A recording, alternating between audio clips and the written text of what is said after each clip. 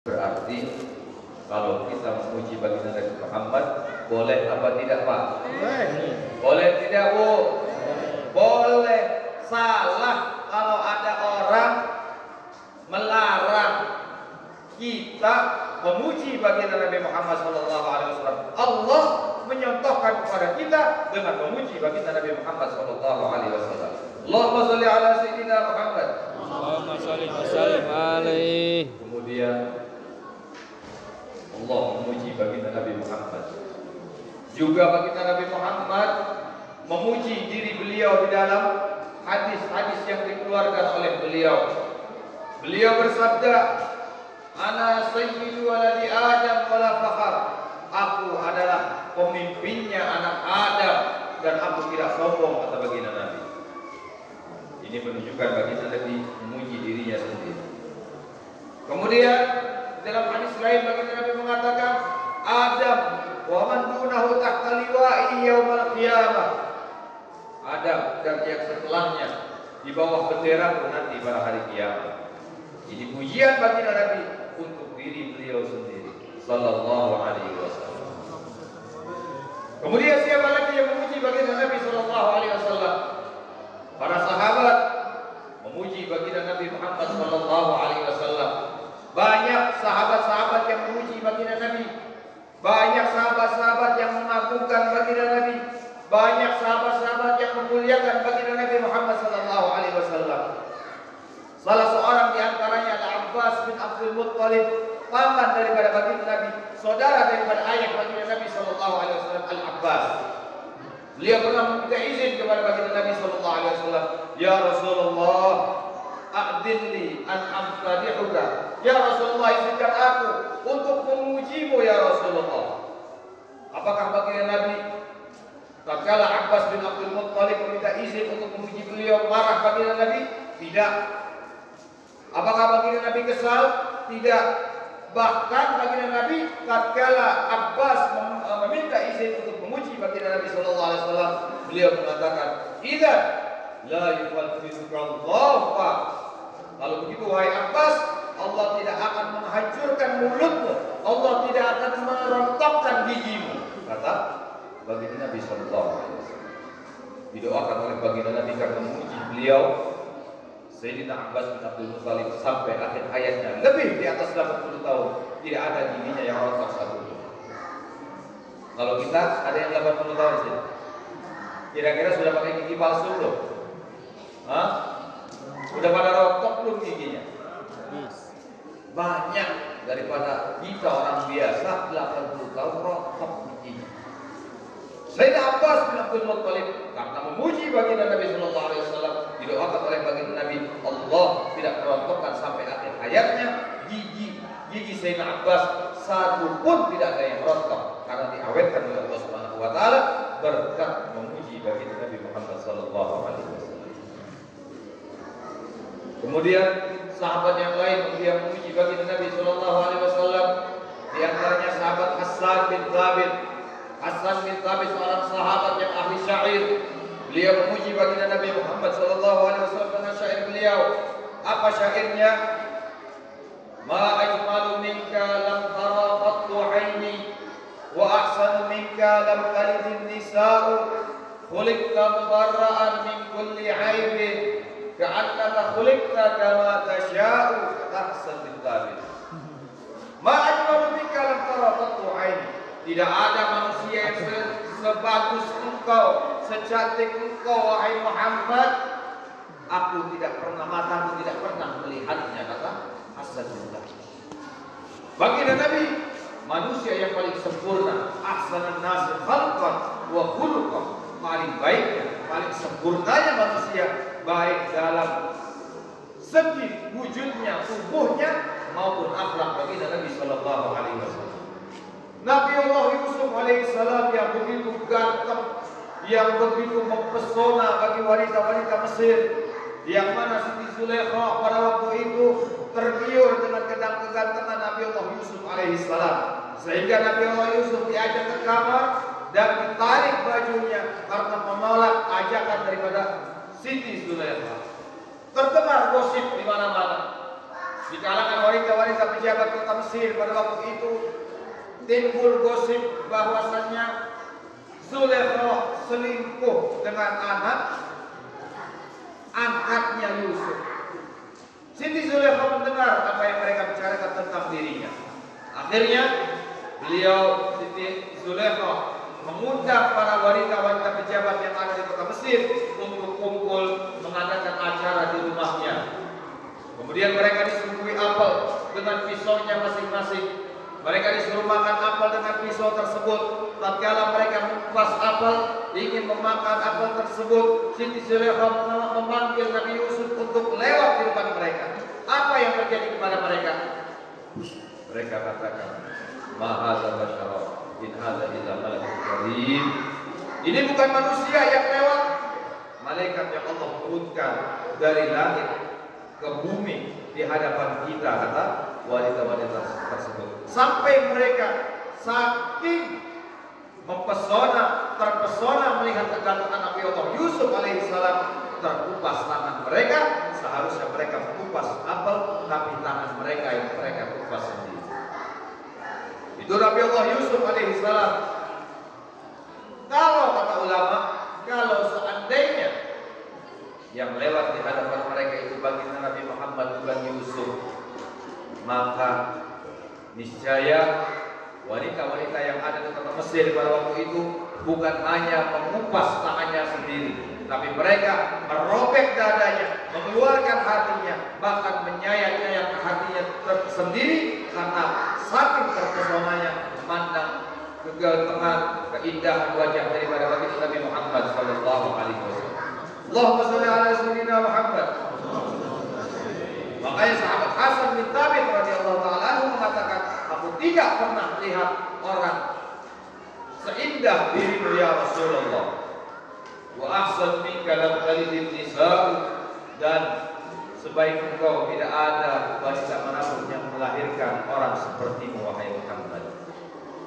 Tidak ada wanita dimanapun dia, kapanpun, yang mengandung melahirkan Nabi Muhammad seperti Siti Aminah.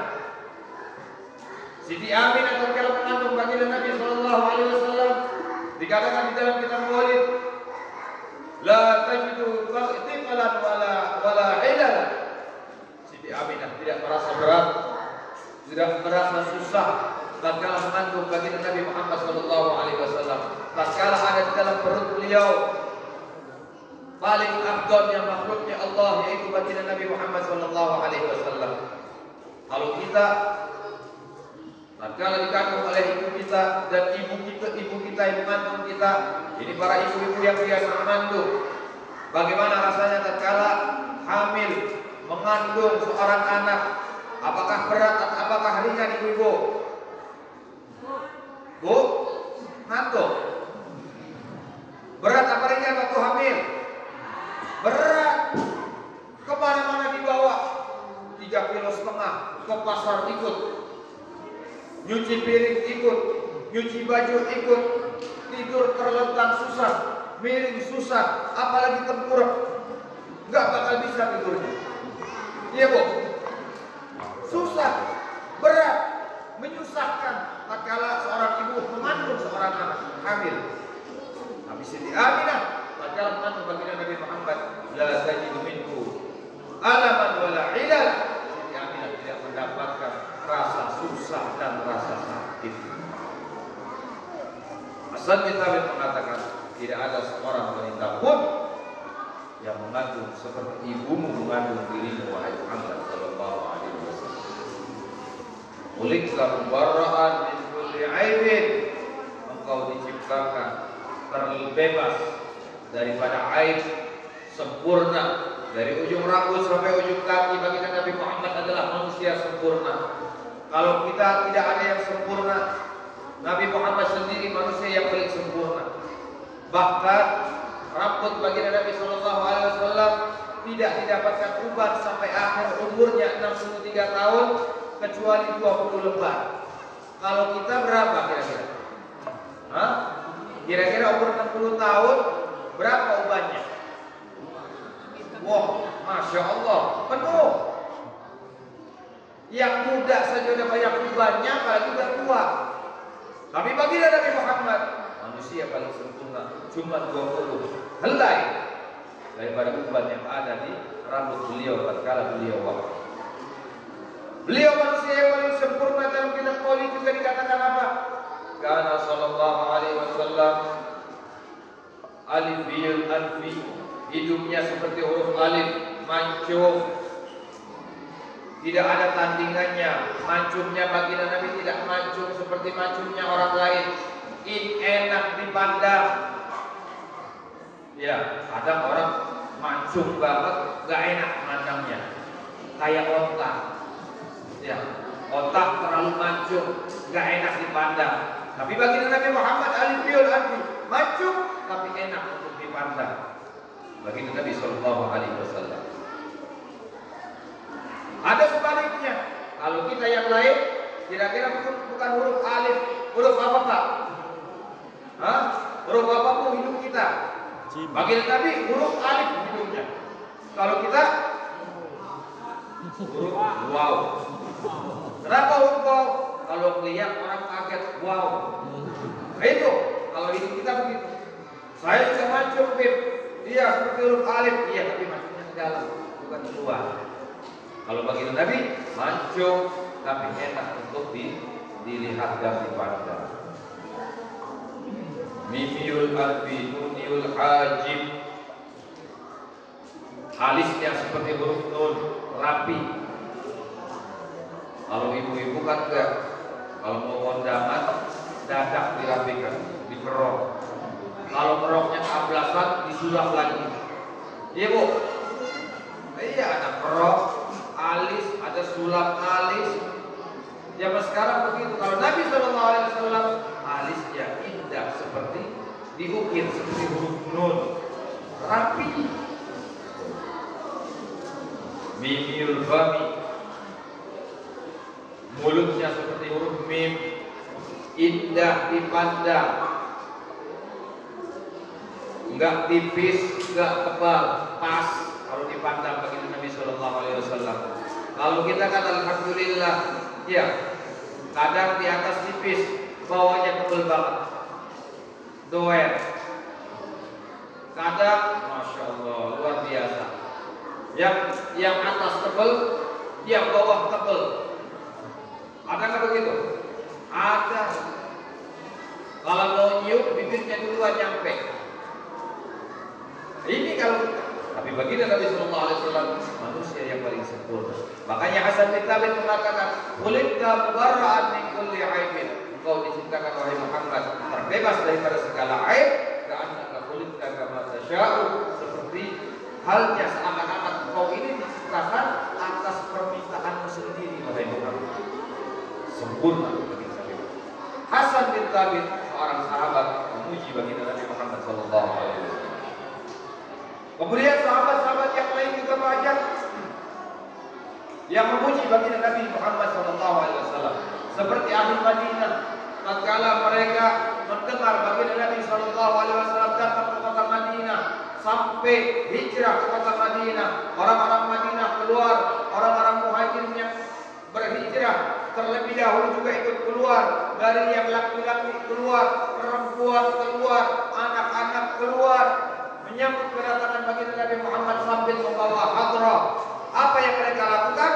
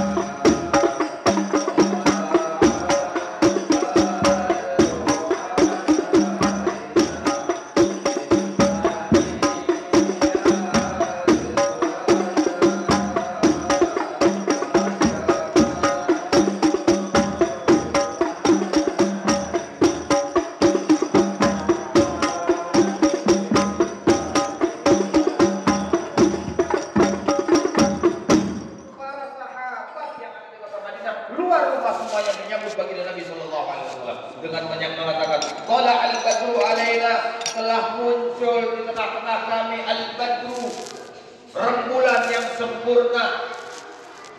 Siapa rembulan yang sempurna? Pujian apa bukan? Pujian kepada baginda Nabi Muhammad. Yang dituju adalah baginda Nabi Muhammad, tapi mereka menggambarkan baginda Nabi Muhammad seperti bulan purnama. Marahkah baginda Nabi? Tidak marah baginda Nabi. Senangkah baginda Nabi? Senang baginda Nabi. Disambut oleh orang-orang Madinah dengan dikatakan qala al-badru alaina min thaniyatil wada. Senang baginda Nabi sallallahu alaihi wasallam. Para sahabat memuji baginda Nabi, Allah memuji baginda Nabi, memuji diri beliau, dan para sahabat memuji baginda Nabi sallallahu alaihi wasallam. Bahkan di zaman tabi'in, di zaman Al-Imam Ali bin Al-Adri radhiyallahu taala anhu, ada seorang penyair yang namanya Farasdak. Farasdak ini gemar membuat syair, sampai sekali waktu beliau membuat syair untuk baginda Nabi sallallahu alaihi wasallam. Dan tatkala berziarah ke kota Madinah, beliau mengucapkan syair tersebut di hadapan kubur baginda Nabi sallallahu alaihi wasallam. Ternyata di sebelahnya ada golongan yang tidak suka dengan pujian kepada baginda Nabi Muhammad sallallahu alaihi wasallam. Akhirnya Farasdak diundang ke rumahnya. Wahai Syekh, ikut ke rumahku. Kami bikin acara untukmu khusus. Diajak Farasdak ke rumah beliau, ke rumah orang tersebut. Sampai di rumah orang tersebut disediakan makanan semuanya, kemudian dibubuhi racun sampai Farasdak ini pingsan setelah memakan makanan yang disuguhkan oleh orang tadi. Pingsan Farasdak, dipotong lidahnya oleh orang tersebut dan berlumuran darah baju daripada Farasdak. Tatkala Farasdak sadar, dia tersadar melihat lidahnya sudah ada di tangannya dan bajunya berlumuran dengan darah. Dia tidak bisa mengucap satu kata pun, sehingga dia menangis, langsung lari ke kuburan baginda Nabi sallallahu alaihi wasallam, berdoa kepada Allah, mohon kepada Allah dan minta syafaat kepada baginda Nabi sallallahu alaihi wasallam agar Allah mengembalikan keadaannya. Sampai menangis beliau sampai kecapean dan tidur. Tatkala tidur, dia bermimpi bertemu dengan baginda Nabi. Baginda Nabi mengangkat daripada lidahnya tersebut, kemudian disambungkan kembali ke mulut daripada Farasdak. Ternyata setelah dia bangun, tersambung kembali lidah daripada Farasdak tersebut. Setelah beberapa tahun, Farasdak kembali ke kota Madinah, kemudian berziarah kepada baginda Nabi dan membuat syair kembali. Di sampingnya ada orang juga yang menegur beliau, wahai Syekh, ikutlah ke rumahku. Ada apa? Kata Farasdak. Sudah, ikut saja wahai Syekh, aku ingin menunjukkan sesuatu kepadamu. Ikut Farasdak. Tatkala ikut, dia ingat ini jalan waktu saya dipotong lidahnya dulu. Akhirnya dia ikuti saja. Diikuti sampai ke rumahnya, ternyata dibuka pintu rumahnya, di ruang tamu ada jeruji besi. Di balik jeruji besi tersebut ada seekor monyet yang besar. Farasdak tanya kepada anak-anak tadi, wahai pemuda, siapa atau kenapa kau mengurung monyet di ruang tamu? Anak-anak tersebut mengatakan, ayahku, itulah ayahku wahai Syekh. Karena setelah memotong lidahmu, Allah subhanahu wa ta'ala mengganti wujudnya dengan kera. Na'udzubillah. Karena dia tidak senang dengan orang yang puji baginda Nabi Muhammad SAW, dirubah wujudnya oleh Allah subhanahu wa ta'ala dengan kera atau monyet. Akhirnya setelah anak itu mengadukan apa yang terjadi kepada bapaknya, minta kepada Farasdak untuk mendoakan ayahnya untuk bisa kembali ke wujudnya yang semula. Didoakan oleh Farasdak sampai akhirnya di akhir hayat monyet tersebut mati, ternyata kembali wujudnya menjadi manusia biasa. Itulah orang-orang yang tidak suka dengan pujian kepada baginda Nabi Muhammad SAW. Padahal Allah subhanahu wa ta'ala mengekalkan para sahabat Nabi yang memuji baginda Nabi sallallahu alaihi wasallam di dalam Al-Qur'an, dan dikatakan oleh Allah Subhanahu wa taala, ulaika humul muflihun, mereka lah orang-orang yang berbahagia, kata Allah Subhanahu wa taala. Dalam surat Al-A'raf ayat 157, Allah Subhanahu wa taala berfirman, A'udzu billahi minasyaitonir rajim. Bismillahirrahmanirrahim. Alladzina amanu bihi. Para sahabat, Allah menceritakan para sahabat Nabi, alladzina amanu bihi, mereka yang beriman kepada baginda Nabi. Para sahabat semuanya beriman kepada baginda Nabi Muhammad sallallahu alaihi wasallam. Bahkan imannya mereka melebihi daripada iman kita. Rasulullah sallallahu alaihi wasallam pernah bersabda, "La wuzina imana Abu Bakr ala imanil makhluk." Kalau seandainya imannya Abu Bakar ini ditimbang dengan imannya semua manusia, kata baginda Nabi Muhammad, maka larajahat iman Abi Bakar, maka akan lebih berat imannya Abu Bakar daripada imannya manusia mulai zaman Nabi Adam sampai manusia kelak hari kiamat. Karena imannya Sayyidina Abu Bakar luar biasa kuatnya kepada Allah dan kepada baginda Nabi sallallahu alaihi wasallam. Bahkan beliau tatkala baginda Nabi sallallahu alaihi wasallam Isra Mi'raj, semua penduduk kota Mekah tidak ada yang mempercayai baginda Nabi kecuali Abu Bakar. Bahkan Abu Bakar mengatakan, kalau seandainya yang dilakukan oleh Muhammad lebih daripada itu, aku tetap percaya kepada Muhammad. Kata Sayyidina Abu Bakar Siddiq radhiyallahu taala. Imannya para sahabat luar biasa. Sayyidina Ali karramallahu wajhah, beliau katakan dalam satu syairnya, "Lau kushifal ghita mazdadtu yaqinan." Kalau seandainya hijab ini disingkap oleh Allah Subhanahu wa taala, aku bisa memandang surga, aku bisa memandang arsy. Apa dikatakan Imam Ali? Mazdadtu yaqinan, imanku tetap tidak akan bertambah. Berarti ini menandakan bahwasanya imannya Sayyidina Ali sudah mentok di ujung atau di puncak yang paling atas. Bilal bin Rabah, bagaimana keimanannya sampai dia disiksa oleh Abu Lahab, oleh Abu Jahal, dijemur di tengah padang pasir, dibebani oleh batu yang sangat panas dan besar. Dia katakan Al-Ahadul Ahad, tetap Allah yang Maha Esa yang disebut oleh Bilal bin Rabah.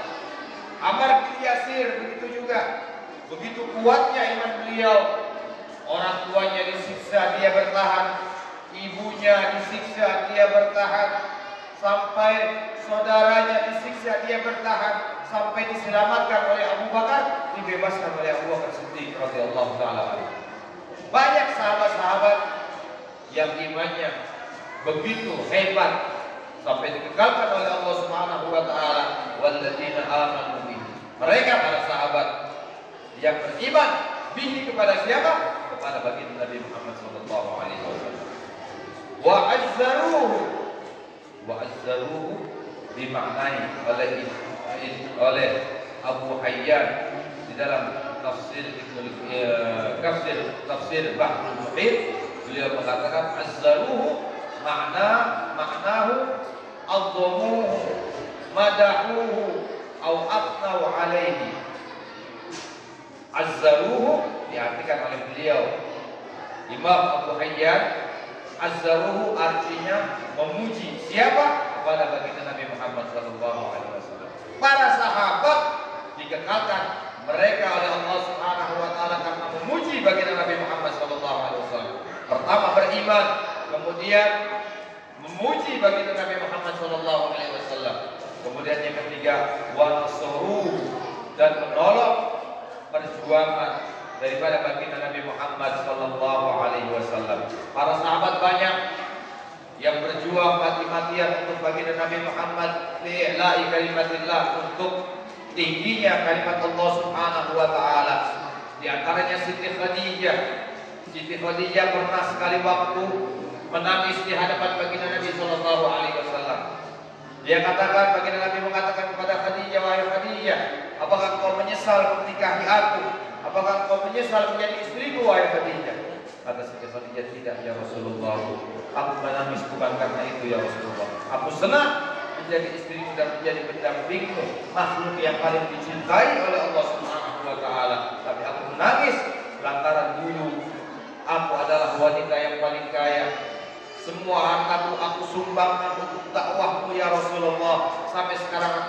miskin dan aku sekarang kepikiran apalagi yang aku keluarkan untuk bisa membantu dakwahmu wahai Rasulullah. Aku tidak punya apa-apa lagi, hartaku habis, semua apa yang aku miliki habis untuk mendukung dakwahmu ya Rasulullah. Aku tidak punya apa-apa lagi untuk aku serahkan kepadamu untuk berdakwah di jalan Allah Subhanahu wa taala. Sampai Stefan dia mengatakan, wahai suamiku, seandainya aku wafat terlebih dahulu, kau masih melanjutkan dakwahmu, dakwahnya Allah Subhanahu wa taala, dan kau tidak ada biaya untuk dakwah, gali kuburku, kata Siti Khadijah, kumpulkan tulangku, jual tulangku untuk biaya dakwahmu ya Rasulullah. Karena beliau imannya luar biasa, membantu perjuangan baginda Nabi Sallallahu Alaihi Wasallam, dan juga beliau adalah orang yang paling cinta kepada baginda Nabi Muhammad Sallallahu Alaihi Wasallam. Allahumma salli ala Sayyidina Muhammad.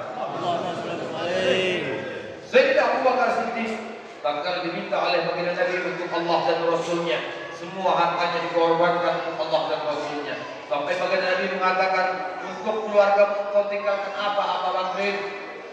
Abu Bakar, kau tinggalkan apa untuk keluargamu? Beliau katakan, cukup aku tinggalkan Allah dan Rasulnya, semua hartanya untuk Allah dan Rasulnya. Sayyidina Umar bin Khattab, separuh hartanya untuk Allah dan Rasulnya. Sayyidina Utsman bin Affan, 1000 unta beliau keluarkan untuk Allah dan Rasulnya. Sayyidina Ali karramallahu wajhah, beliau mengorbankan jiwanya, pikirannya, tenaganya untuk Allah dan Rasulnya.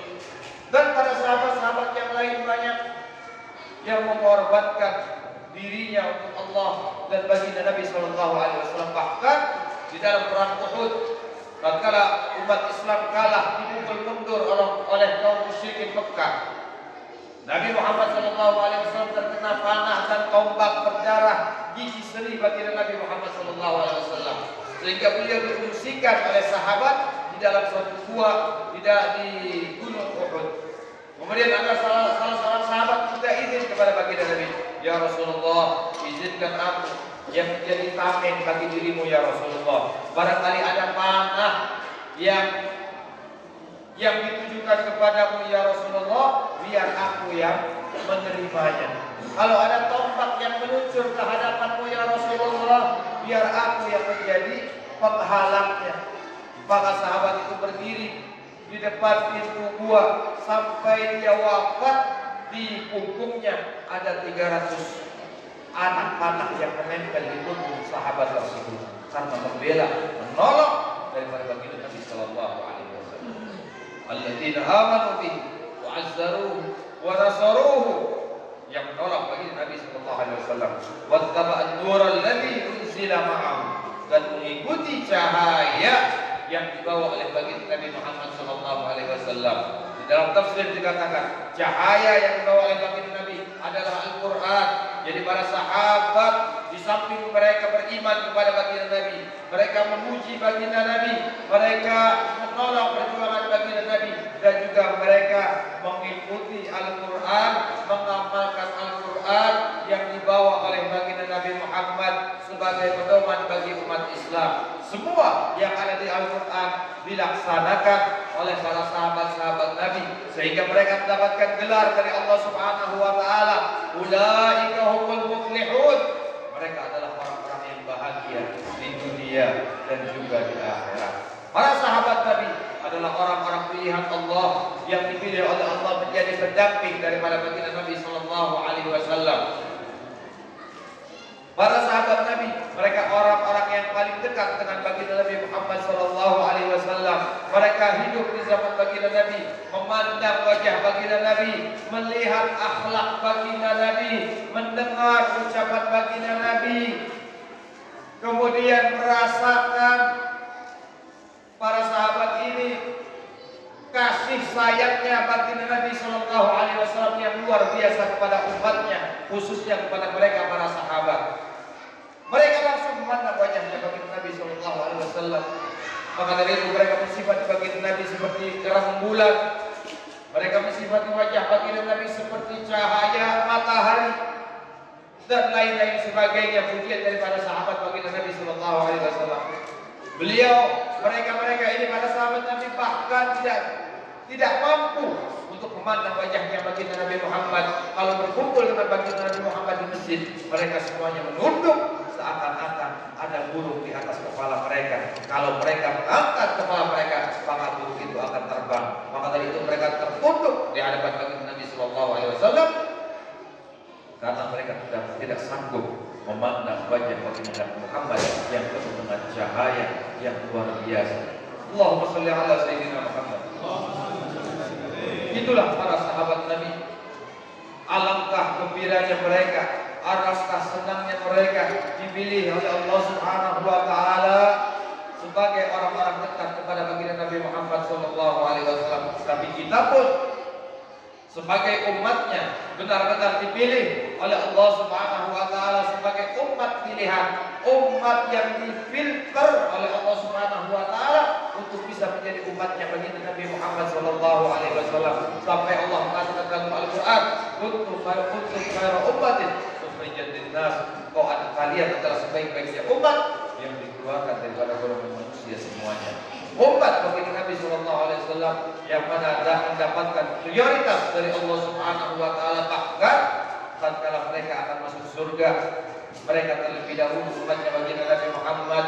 Kita dulu yang masuk ke dalam surga bersama baginda Nabi Muhammad sebelum nabi-nabi dan umat-umat yang lain masuk ke dalam surganya Allah Subhanahu wa taala. Kita lebih dulu, kita diprioritaskan oleh Allah Subhanahu wa taala karena kasih sayangnya baginda Nabi Muhammad kepada kita, sampai Nabi Muhammad mengatakan, "Idzan la arda wa wahid min ummati fil nar ya Rabb." Kalau begitu ya Allah, aku tidak bakal rela seumur hidupku kalau masih ada satu daripada umatku yang berada di dalam api neraka, kata baginda Nabi sallallahu alaihi wasallam.